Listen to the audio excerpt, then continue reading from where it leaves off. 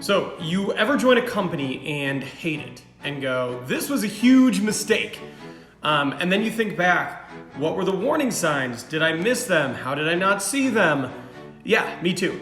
So I'm gonna give you 9 warning signs today. So buckle up, this is a little bit of a longer video. I'm gonna try to go through them quick, but I'm gonna give you 9 warning signs. And if you see more than 1 or 2 of these in your interview process, you might wanna think about it. So the first one is Glassdoor. So if the Glassdoor reviews are like a horror show, take that as a sign. It's one thing if there's 1, 2, 3, or 4 bad reviews on Glassdoor. But if you go there and like half of them are terrible, I wouldn't ignore that. 2, people in the interview seem miserable.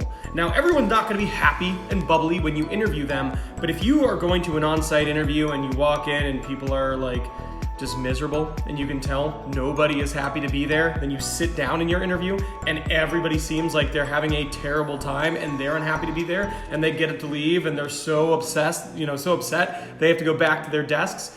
That's a sign. That's something that I personally pay attention to. Are people smiling? Are people talking as they're walking through the hallway? Does it seem like it's more of a prison than an office?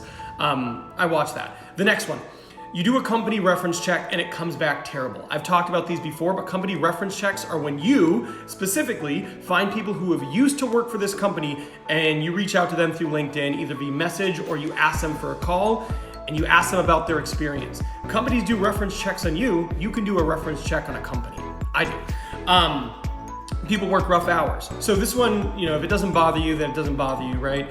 But let's just say you're one of those people who wants to do things outside of work.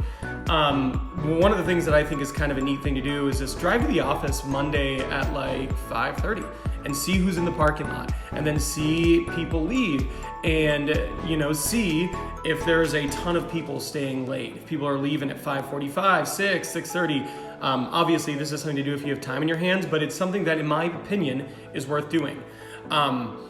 Their questions. If their questions are a dead giveaway that is going to be a tough environment, pay attention to that, right? So if one of their questions is, hey Ben, we call you on a Sunday morning and you're watching football, but we need you to come into the office, how do you respond?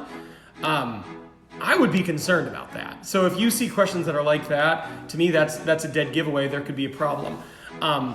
You ask questions and then their answers are terrible. So either the questions they say are super concerning, like, you ask a question, what is the most challenging part of this role? And they go, everything. Everything about your job is going to be challenging.